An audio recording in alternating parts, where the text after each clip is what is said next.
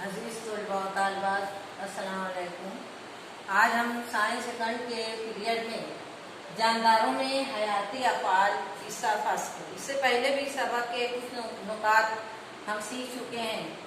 आज हम देखेंगे इस सबक में खलिए की मसावी तकसीम यानी माइटोसिस सेल डिवीजन। तो प्यारे बच्चों देखिए, अगर हमारे जिस्म पर कहीं जख्म आ जाए तो वहाँ की नसीजें जो होती हैं उस पर क्या असर पड़ता है। तो वहाँ की नसीजें, अगर हमारे हाथ पर जख्म है, किसी जगह पर जख्म है, तो वहाँ की नसीजें जो होती हैं वो अपने हयाती अफ़आल सही तरीके से अंजाम नहीं दे सकती और जख्म भरने के दौरान नए खलियात जो हैं वो तैयार होते हैं और इस तरीके से खलियात की तादाद में मुसलसल इजाफा होता है।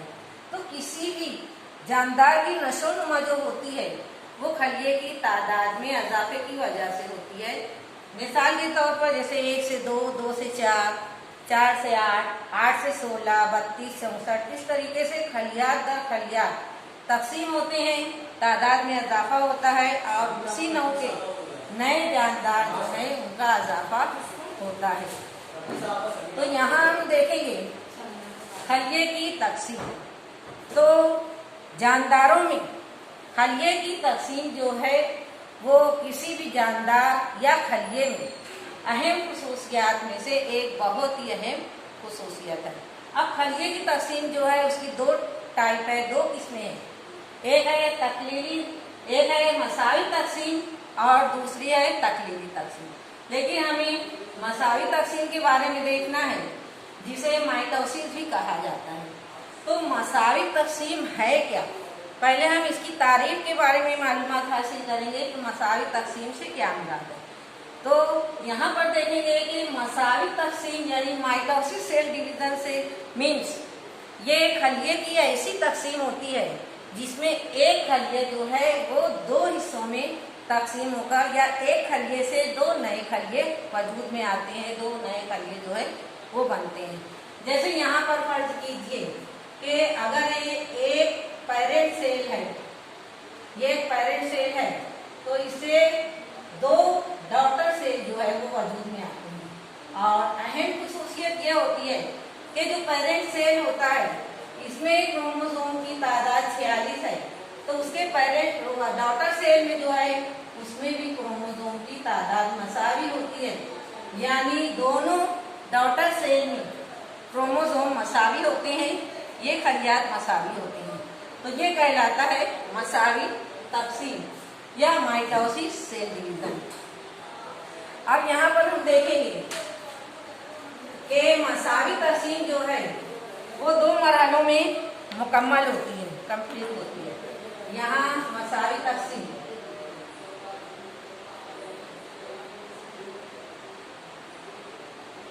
इसके दो मरहले हैं। पहला मरहला है मरकज़े की तकसीम,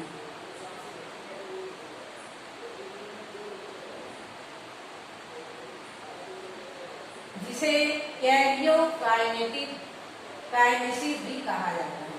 यहाँ हम देखेंगे कैरियोकाइनेसिस।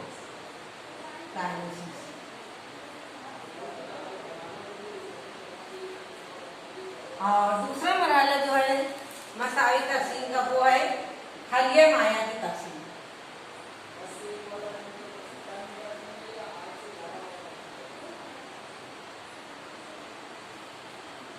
खलिया माया की तकसीम को साइटोकाइनेसिस भी कहा जाता है।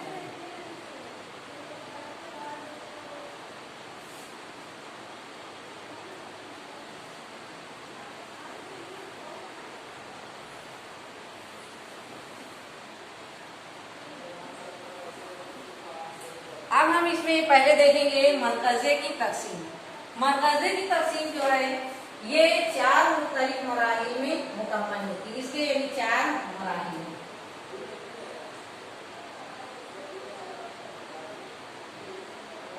अब 4 मराहिल जो हैं वो पहला है इब्तिदाई हालत,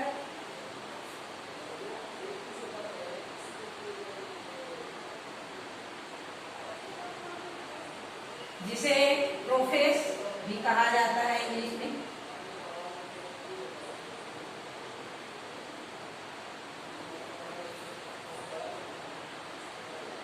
दूसरा मरहला है इसका दरमियानी हालत।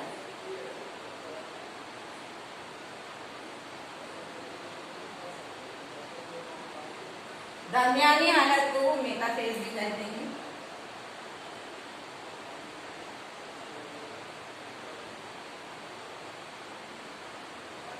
तीसरा मरहला इसमें आता है माबाद हालत।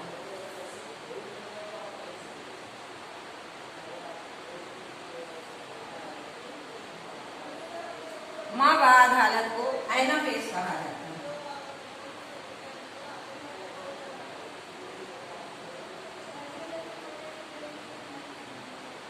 और आप चौथी हालत जो है, चौथी हालत को आखिरी हालत कहा जाता है। चौथा मरहला जो है ये आखिरी हालत कहलाता है। इसे टेलोफेज कहते हैं।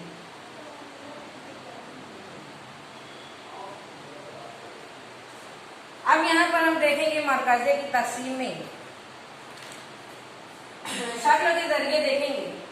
सबसे पहली बात ये हमें याद रखना है कि कोई भी खलिया जब तकसीम होना शुरू होता है, तकसीम होने के काबिल होता है, तो उसकी हालत में कुछ चेंजेस आती है, कुछ तब्दीली आती है। तो ये यहाँ 4 तब्दीलियां जो आ रही है उसमें यहाँ हम देखेंगे पहली हालत जो है ये इब्तिदाई हालत। इब्तिदाई हालत में क्या होता है, अब खलिए के अंदर बहुत सारे खलवी हैवान से होते हैं। जैसे एक खलिया है, फर्ज कीजिए उसमें मरकज़ा है, मरकज़ीचा है, गॉल्जिया जिसाम है, मरकज़ी है, क्रोमोसोम क्रोमैटिन होता है। लेकिन जब खलिया तकसीम के काबिल होता है तो मरकज़े के अंदर जो क्रोमैटिन होता है, तो ये क्रोमैटिन जो है इंतहाई बारीक धागानुमा शक्ल इख्तियार कर लेता है और ये बारीक धागानुमा शक्ल जो है मरकज़े के अंदर वो क्रोमोसोम कहलाती है। अब यहाँ इब्तिदाई हालत में क्या होता है कि बारीक धागानुमा क्रोमोसोम जो मरकज़े के अंदर होते हैं तो इनके अंदर सुकड़ाव आता है। ये धीरे धीरे सुकड़ना शुरू होते हैं और सुकड़ने के बाद सुकड़ कर ठोस और सख्त होकर क्रोमैटिक जोड़ीदार क्रोमैटिक की शक्ल में यहाँ पर नजर आने लगते हैं। यहाँ हम देख रहे हैं ये इब्तिदाई हालत में ये मरकज़ी है, मरकज़ी झिल्ली है, मरकज़ीचा है, क्रोमोसोम 2 क्रोमैटिक के साथ। अब यहाँ क्रोमोसोम में 3 हिस्से होते हैं, दरमियान का हिस्सा मरकज़ पारे और 2 जो है बाजू उसके वो क्रोमैटिक कहलाते हैं। अब यहाँ पर क्या होता है कि जब ये छोटे होकर डबल जोड़ीदार क्रोमैटिक नजर आने लगते हैं और मरकज़ी झिल्ली जो होती है यहाँ पर आप देख रहे हैं कि ये छोटा जो दायरा इसके अंदर दिखाई दे रहा है, ये मरकज़ा होता है, मरकज़े के बाहर ये मरकज़ी झिल्ली, ये और ये मरकज़ीचा, ये दोनों खत्म होना शुरू हो जाती हैं इब्तिदाई हालत में। उसके बाद ये मरकज़ी जो होता है वो खलिए के मुखालिफ कुतुब पर चला जाता है साथ में। तो ये फर्स्ट स्टेज में होता है मरकज़े की तकसीम में। दूसरी स्टेज पे हम आते हैं दरमियानी हालत। दरमियानी हालत में क्या होता है कि ये मरकज़ी जो होता है ये अपोजिट पोल पर यहाँ पर जाता है और सुखड़े हुए क्रोमोसोम जो क्रोमैटिक जोड़ीदार क्रोमैटिक की शक्ल में होते हैं, तो ये तमाम क्रोमोसोम जो है वो खलिए के इस्तवाई खत पर यानी दरमियानी खत पर एक मुतवाज़ी हालत में तरतीब पाते हुए दिखाई देते हैं। यहाँ हम शक्ल में आप लोग देखेंगे कि ये तमाम क्रोमोसोम यहाँ पर एक लाइन में मुतवाज़ी खत पर, एक दरमियानी खत पर मुतवाज़ी तरतीब में यहाँ दिखाई दे रहे हैं। और इसी हालत में ये तकले नुमा रेशे जिसको स्पाइनल फाइबर्स कहते हैं ये भी तैयार होते हैं। ये स्पाइनल फाइबर्स जो होते हैं तो ये एक मखसूस प्रोटीन के बने हुए होते हैं जो यहाँ पर क्रोमोसोम जो है उसके मरकज़ पारे से कुछ यानी फाइबर दूसरे कुतुब तक जाते हैं और कुछ फाइबर जो है इसके मरकज़ पारे से अटैच होते हैं। तो ये होता है दरमियानी हालत में। यहाँ हम दरमियानी हालत इस तरीके से भी याद रख सकते हैं कि इस हालत में सेकंड स्टेज में क्या होता है कि तमाम क्रोमोसोम दरमियान में एक लाइन में आ जाते हैं। उसके बाद यहाँ पर तीसरी हालत जो है इसको माँ बाहर हालत कहा जाता है। माँ बाहर हालत में क्या होता है कि दरमियानी हालत में जो क्रोमोसोम एक लेवल में स्टोआई यानी इक्वेटर पर जो होते हैं, तो अब ये स्पाइंडल फाइबर की वजह से ये मुखालिफ कुतुब पर यहाँ इसकी मरकज पारा जो होता है, मरकज पारा डिवाइड होकर तकसीम होकर यहाँ पर अलग होना, क्रोमैटिड जो है वो अलग होना शुरू होते हैं। यहाँ पर हम देख रहे हैं कि क्रोमोसोम जुड़े हुए हैं, क्रोमैटिड मिले हुए हैं, लेकिन माँ बाहर हालत में क्या होता है कि यहाँ पर मरकज पारा तकसीम होता है तो क्रोमैटिड अलग हो रहे हैं। यहाँ हमको बताया गया है कि क्रोमैटिड दूर होते हुए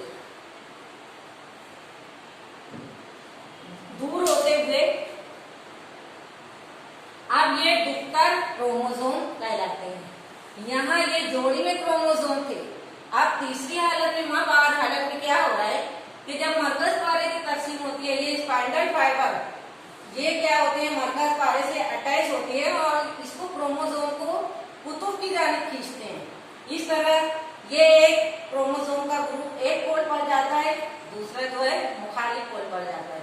इस तरह माँ बाहर हालत में क्रोमोसोम के दो ग्रुप जो है मुखालिफ पोल पर कुतुब पर पहुंचते हैं। दो ग्रुप यहाँ पर होता है।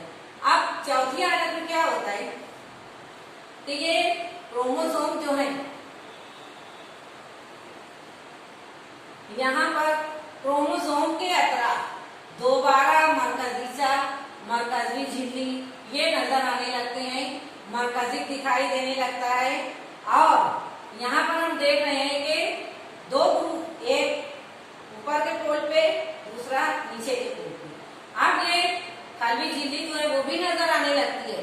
मतलब ये कि आखिरी हालत जो होती है और पहली मतलब इब्तिदाई हालत उसके जैसी नजर आने लगती है। ये दोनों सेम होती है। मतलब इसमें मरकजी झिल्ली, मरकजीचा यहाँ पर हमको जो दिखाई दे रहा है वो दोबारा हमको यहाँ चौथी आखिरी हालत में दिखाई देने लगता है। खलिया ऐसा दिखाई देता है कि एक खलिया माया में दो जो है वो खलिए नजर आते हैं। उसके बाद क्या होता है कि खलवी झिल्ली जो होती है उसके दरमियान में एक इंक़िबाज़ जो है वो पैदा होता है, एक झुकाव ऐसे दरमियान में पैदा होता है और ये झुकाव जो है ये अंदर की जानिब बढ़ते जाता है। अंदर की जानिब बढ़ते बढ़ते ये हिस्सा कट जाता है और उससे दो खलिए जो हैं वो बन जाते हैं, वजूद में आते हैं। और इसी के साथ साथ जो साइटोप्लाज्म होता है मतलब खलिया माया जो होता है वो भी दो हिस्सों में यहाँ पर डिवाइड हो जाता है, तकसीम हो जाता है। और इस तरह एक खलिए से दो मसावी खलिए जो है वो वजूद में आते हैं। दोनों खलियों में क्रोमोसोम की तादाद जो है वो मसावी होती है। तो यहाँ पर खलिया माया की तकसीम और मरकजी की तकसीम, यहाँ ये दोनों तकसीम मुकम्मल होती है। और इस तरीके से हमारा सेल डिवीजन में माइटोसिस का प्रोसेस जो है वो कंप्लीट होता है। अगर आप तो कोई दुश्वारी हो, कोई पॉइंट नहीं समझा हो तो आप यानी व्हाट्सएप पे पूछ सकते हैं, राब्ता कायम करते हैं।